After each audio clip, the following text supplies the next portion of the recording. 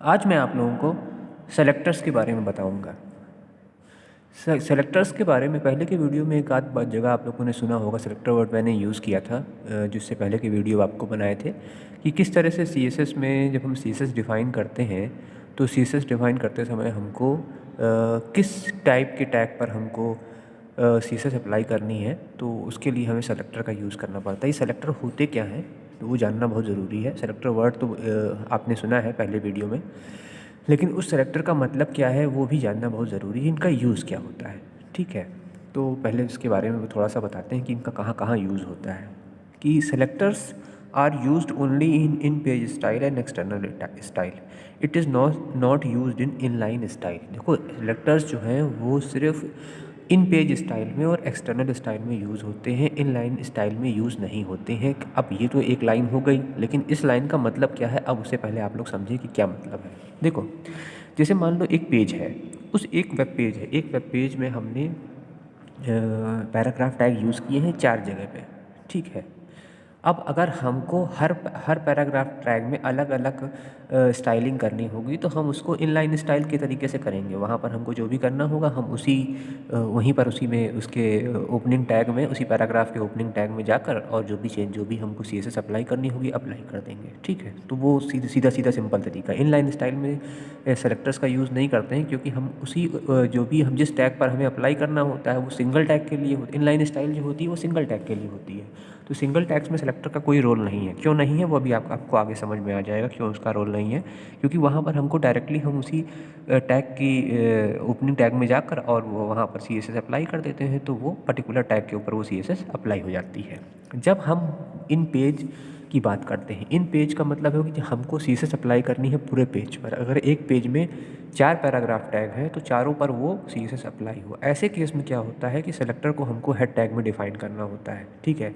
वहाँ पर अब हेड टैग में CSS को हमको हेड टैग में डिफाइन करना होता है। तो अब हमको अगर मान लो पैराग्राफ टैग पे लगाना है, हमारा एक वेब पेजेस में 4 पैराग्राफ टैग है, तो वहाँ हेड टैग में हमको कुछ नाम ऐसा देना पड़ेगा हमको पैराग्राफ टैग के जो उसको उससे लिंक कर सके, ठीक है। मतलब अगर हम पैराग्राफ टैग पे मतलब ऐसा कुछ हमें नाम देना होगा जो कि ये बता सके कि यहाँ पर ये जो स्टाइलिंग हुई है ये सिर्फ पैराग्राफ टैग के लिए है, जितने पैराग्राफ टैग उस पेज में होंगे वो सब पे अप्लाई होगी। तो वो जो नाम होता है, समझ लो वो नाम है। तो वो जो नाम होता है उसी को हम सेलेक्टर कहते हैं, कि वो सेलेक्टर वो नाम है कि ये वो चीज़ है जिसके ऊपर हमने स्टाइलिंग अप्लाई की है। अब ये नाम जहाँ जहाँ पर यूज़ होगा वहाँ वहाँ पर ये स्टाइल ऑटोमेटिकली अप्लाई हो जाएगी। ये चीज़ है। मतलब सेलेक्टर वहाँ पर जैसे पैराग्राफ 4 पैराग्राफ टैग हैं पूरे वेब पेज में, उन पे सेलेक्टर अप्लाई होना है।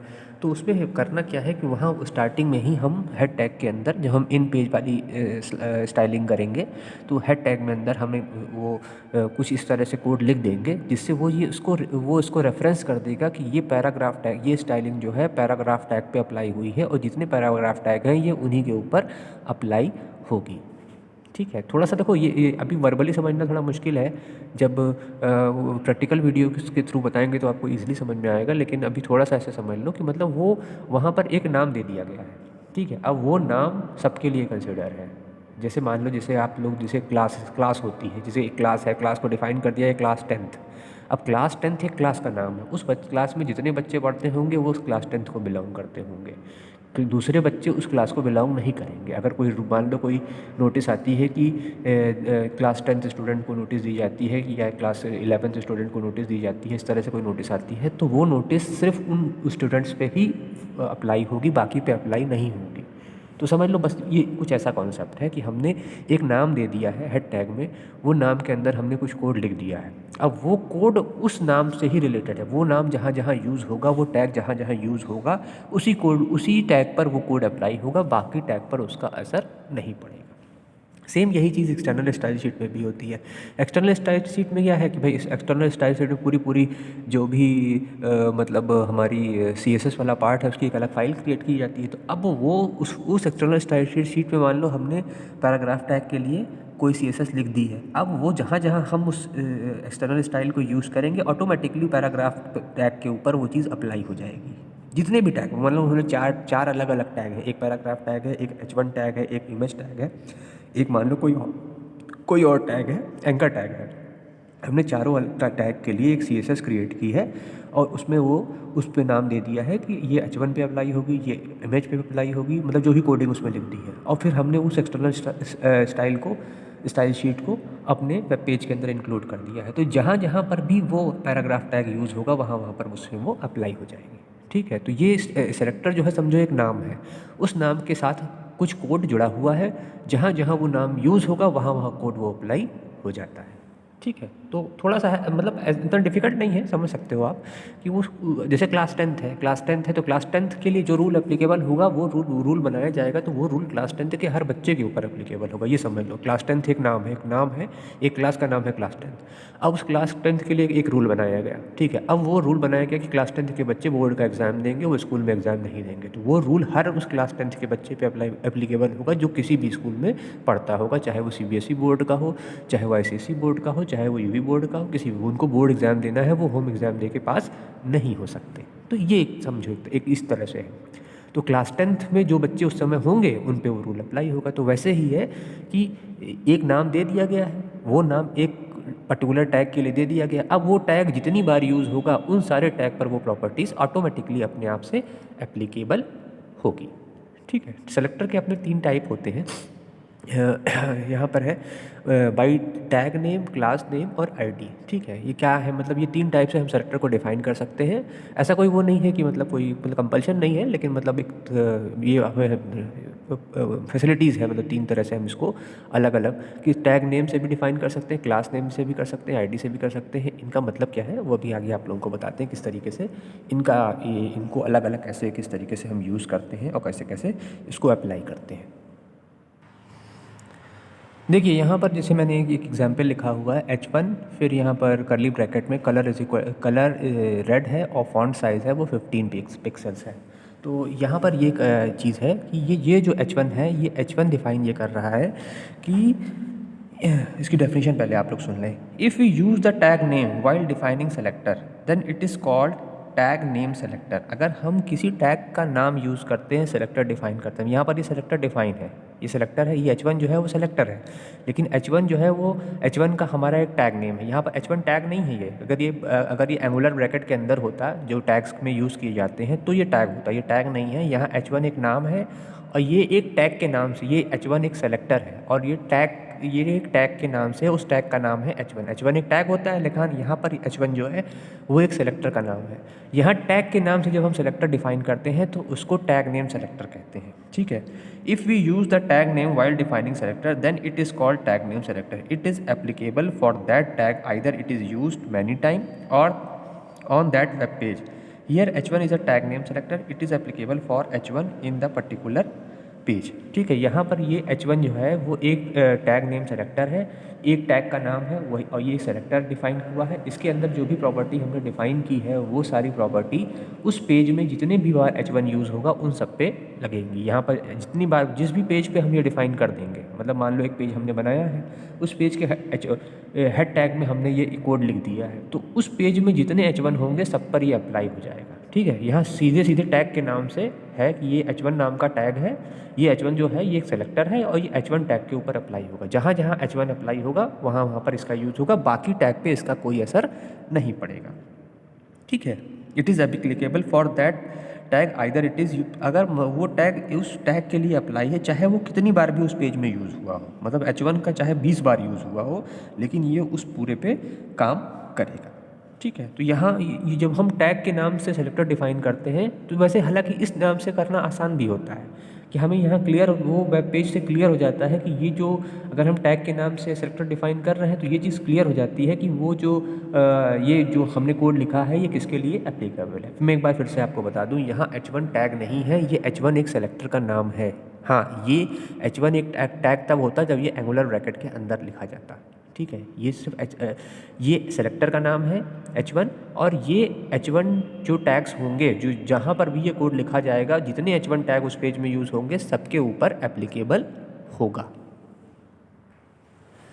नेक्स्ट जो हमारा सेलेक्टर है वो क्लास सेलेक्टर। क्लास सेलेक्टर से देखो ऐसा कुछ ऐसा नहीं, मतलब यहाँ पर जैसे यहाँ पर देखो एग्जाम्पल लिखा हुआ है, देखिए आप लोग कि डॉट हेडर नाम से हमने ये किए, जैसे क्लास क्रिएट कर दी है, ठीक है। ये क्लास का नाम है, ठीक है। अब इसके अंदर हम करली ब्रैकेट के अंदर जो भी हम कोड लिखेंगे, जो भी स्टाइलिंग करने के लिए कोड लिखेंगे वो इस पर अप्लीकेबल हो जाएगी, ठीक है। फिर ये जो क्लास है, ठीक है, ये जो क्लास है कि ये क्लास है, क्लास का नाम है, इसको हम हेड टैग में डिफाइन कर देंगे, class is equal to header, ठीक है। हेडर नाम की ये क्लास है, डॉट हेडर, ये डॉट लगाया जाता है इसमें, ठीक है। अब ये समझ लीजिए कि डॉट ये लगाना कंपलसरी है, ठीक है। ये हेड टैग में हम class is equal to header apply कर देंगे, तो इसके अंदर जो भी कंटेंट है वो सब हमारा अप्लाई हो जाता है, ठीक है। Here header is a class name and dot is use to define a class selector, ठीक है। ये क्लास सेलेक्टर को डिफाइन करने के लिए डॉट का यूज़ किया जाता है। Dot is compulsory for defining class selector. Class selector अगर हमको बनाना है, क्लास का नाम देना है, कुछ भी नहीं दे सकते हैं नाम, तो उसके लिए हमको डॉट का लगाना कंपलसरी है। Example for class selector R dot header, dot list name, dot side under score index, dot footer, heading etcetera. बहुत अलग अलग तरीके से बना सकते हैं, मतलब इसमें नाम दे सकते हैं, जैसे डॉट हेडर नेम दे सकते हैं, डॉट लिस्ट नेम दे सकते हैं, साइड टेक्स्ट दे सकते हैं, लेकिन स्पेस अलाउड नहीं होती। Space is not defined while creating class selector. अगर हमें क्लास सेलेक्टर अब बनाना है तो हम स्पेस का यूज़ नहीं कर सकते। स्पेस पे अगर हम यूज़ करेंगे तो फिर वो दिक्कत करेगा, ठीक है। ये डिफाइन करने का तरीका है, एक यहाँ पर एक क्लास है, इस क्लास के अंदर ये कोड लिखा हुआ है, ये कोड हमारा उस पेज पर एप्लीकेबल हो जाएगा, ठीक है। देखो मैंने पहले भी कहा कि ज़्यादा चीज़ें जो हैं वो क्लियर होंगी आपको तब जब हम इसका कोडिंग वाला पार्ट आपको समझाएंगे, ठीक है। अभी आपको सिर्फ ये समझ में आ रहा है, जो बेसिक चीज़ें हैं वो बता रहे हैं, बाकी कोडिंग वाले पार्ट से आपको ज़्यादा चीज़ें क्लियर होंगी कि कहाँ पर क्लास सेलेक्टर यूज़ हो रहा है, कहाँ पर हमारा टैग नेम सेलेक्टर यूज़ हो रहा है, कहाँ पर हमारा आईडी सेलेक्टर यूज़ हो रहा है, ठीक है। तो ये थोड़ा सा आपको धीरे धीरे क्लियर होगा। अभी खाली ये जान लीजिए इसे क्लास सेलेक्टर कहते हैं। अगर डॉट लगाकर कुछ डिफाइन किया गया है तो समझ लीजिए वो क्लास सेलेक्टर है। अगर टैग का नाम लगा के डिफाइन किया गया है तो वो टैग नेम सेलेक्टर है। और तीसरा हमारा होता है आईडी सेलेक्टर, उसको बताते हैं कैसे वो यूज़ होता है, ठीक है। यहाँ पर ये करली ब्रैकेट लगे हुए हैं, उसके अंदर मतलब कोड लिखा हुआ है, हमने लिखा नहीं, मतलब उसको कोड अंदर लिखा हुआ है, आप उसे समझने के लिए सिर्फ बनाया है। तो यहाँ पर अगर डॉट लगाकर कोई नाम लिखा हुआ है मतलब कि है वो क्लास नेम, और ये है क्लास सेलेक्टर। और थर्ड है आपका आईडी सेलेक्टर। आईडी सेलेक्टर और क्लास सेलेक्टर लगभग एक जैसा है, बस थोड़ा सा डिफरेंस इसमें होता है, वो आगे बताते हैं कैसे है। देखो जैसे टैग नेम सेलेक्टर तो सीधे समझ में आता है कि टैग का नाम यूज़ करके सेलेक्टर बनाया गया है, तो वो टैग नेम सेलेक्टर है। क्लास सेलेक्टर में हमारा डॉट का यूज़ होता है, डॉट का यूज़ होना कंपलसरी है, तो वो क्लास सेलेक्टर है। आईडी सेलेक्टर में डॉट नहीं यूज़ होता, यहाँ पर हैश यूज़ होता है। यहाँ हैश यूज़ किया गया है, फिर करली ब्रैकेट के अंदर उसका कोड लिखा गया है, ठीक है। और फिर जहाँ पर भी वो आईडी सेलेक्टर यूज़ करना है हमको, हमने यहाँ देखिए नीचे कोड लिखा हुआ है यूएल, फिर ID is equal to menu, फिर L some text, L some text, L some text. Some text का मतलब कुछ लिखा है यहाँ पर, ये सम टेक्स्ट का मतलब ऐसा नहीं सम टेक्स्ट लिखा जाएगा, इसका आप मतलब समझिए कुछ लिखा हुआ है, कुछ टेक्स्ट है, किसी का नाम लिखा हुआ है, कि किसी शहर का नाम लिखा हुआ है, किसी कंट्री का नाम लिखा हुआ है, जो भी मतलब जिस नाम से भी हम लिस्ट बना रहे हैं, यूएल अनऑर्डर्ड लिस्ट बना रहे हैं, तो उसका ये यूएल और एल आपने पहले भी पढ़ा हुआ है, तो ये मतलब उसके लिए है। आईडी सेलेक्टर कैसे यूज़ हो रहा है ये मतलब ये डिफाइन करने के लिए ये इसको समझाने के लिए इसको दिखाया गया है कोड को, ठीक है। यूएल और एल तो पहले से भी आप लोग जानते ही हैं, ठीक है। तो यहाँ आईडी सेलेक्टर का यूज़ बिल्कुल वैसे ही होता है जैसे हमारे क्लास सेलेक्टर का होता है। क्लास सेलेक्टर में डॉट का यूज़ करते हैं, आईडी सेलेक्टर में हम लोग यूज़ करते हैं हैश का, ठीक है। लेकिन अब जब दोनों एक ही जैसे हैं तो फिर अलग अलग डिफाइन करने का क्या मतलब है भाई, एक ही चीज़ है, अगर एक ही तरीके से डिफाइन होने, खाली ऐसा तो है नहीं कि खाली एक डिफरेंस है कि डॉट लग गया और यहाँ हैश लग गया, बस वो आईडी सेलेक्टर हो गया, वो क्लास सेलेक्टर हो गया, तो कोई मतलब ही नहीं बना ना। लेकिन इसका एक बहुत मेजर डिफरेंस जो इसमें होता है, सिमिलर तो है, सिमिलैरिटी तो यही है कि डिफाइन करने का तरीका लगभग एक जैसा है, लेकिन मेजर डिफरेंस क्या है ये जानना ज़रूरी है। देखो पहले तो उसके बारे में थोड़ा सा बताते हैं। Here menu is name of ID selector, यहाँ जो मेन्यू है वो आईडी सेलेक्टर का नाम है। And hash is used while defining this type of selector, जब हमको आईडी सेलेक्टर बनाना होता है तो हैश का यूज़ करना कंपलसरी है। फिर नेक्स्ट पॉइंट है, ID selector is also define such as class selector but there are some differences between these two. ID selector जो है बिल्कुल क्लास सेलेक्टर की तरीके से ही डिफाइन होता है, लेकिन यहाँ पर कुछ डिफरेंस है। जो सबसे मेन डिफरेंस है वो क्या है, ID selector can only used one time in one page while class selector can be used multiple times in one page, ठीक है। देखो सबसे बड़ा डिफरेंस है कि डिफाइन करने का तरीका तो वही होता है, डिफाइन तो हम उसी तरीके से करते हैं, लेकिन जो हमारा ये सेलेक्टर है, देखो अब देखो कंडीशन कैसे बनी, अब आपको बताते हैं सिचुएशन। जब हम क्लास सेलेक्टर यूज़ करते हैं तो हम हेड टैग में यूज़ करते हैं। हेड टैग में हमने क्लास सेलेक्टर डिफ़ाइन कर दिया, जिसके लिए भी डिफ़ाइन किया वो उसके ऊपर पूरा पूरा एप्लीकेबल हो गया। अब हम चाहते हैं कि हमने कुछ CSS कोड लिखा है, ठीक है, और हमने वो लिख दिया है जहाँ पे भी हमें लिखना है। अब हम चाहते हैं कि हमारे हिसाब से वो अप्लाई हो, हम जहाँ चाहें वहाँ अप्लाई हो, जहाँ चाहें अप्लाई ना हो। हम चाहते हैं कि हमारे पास 4 H1 टैग है, हमने H1 टैग के लिए एक सेलेक्ट कोड लिखा है CSS का। हम चाहते हैं कि 4 H1 टैग हैं, 2 पर अप्लाई हो, 2 पर ना अप्लाई हो। अब 2 पर अप्लाई हो, 2 पर ना अप्लाई हो, या तो भाई फिर इनलाइन तरीके से करें कि 2 पर अप्लाई करें और बाकी 2 पर ना अप्लाई करें, तो उससे कोडिंग वाला पार्ट बढ़ता है। हम चाहते हैं कि मतलब कोड भी कम लगे और हमारा काम भी हो जाए, हमारे पास ऑप्शन भी रहे। तो अगर हम ID सेलेक्टर वाले क्लास सेलेक्टर का तरीका यूज़ करते हैं तो वो चारों पे अप्लाई हो जाएगा। लेकिन ID सेलेक्टर क्या होता है कि हम जिस पे यूज़ करना चाहें हम उस पे यूज़ करें। अगर हमने यहाँ ID = मेन्यू लिखा है इस वाले UL में, तो ये इसी पे अप्लाई होगा। अब अगर हम दूसरा UL बनाएं और वहाँ पर ना लिखें, अगर हमने एक और मान लो एक और UL डिफ़ाइन किया और उस पर हम ID = मेन्यू ना लिखें, तो वो उस पर अप्लाई नहीं होगा, ठीक है। ये बेसिक डिफरेंस है कि यहाँ कोड एक ही बार लिखना है, लेकिन उसको अप्लाई करने का तरीका बस ये है कि हम जब अप्लाई करना चाहें तब अप्लाई करें। हम लिखेंगे एक ही बार, लेकिन जहाँ हम अप्लाई करना चाहेंगे वहाँ अप्लाई करेंगे, एक साथ सब पे एप्लीकेबल वो नहीं होगा। थोड़ा हमें ऑप्शन क्रिएट करके दे देता है ID सेलेक्टर। इसका भी अच्छा खासा यूज़ है कि कोड भी कम लिखना पड़ रहा है और अपनी सहूलियत के हिसाब से ही हमें उसे यूज़ करना हो रहा है। जिस सेम टैग के लिए हमने मान लो UL टैग के लिए लिखा है, अब UL हम चाहते हैं हमारे पास 3 UL टैग हैं, 2 पर अप्लाई हो और 1 पर ना अप्लाई हो, तो उसके लिए ये काम करना सही है कि वो 2 पर अप्लाई होगा, बाकी पे अप्लाई नहीं होगा, ठीक है। तो ये बेसिक डिफरेंस है।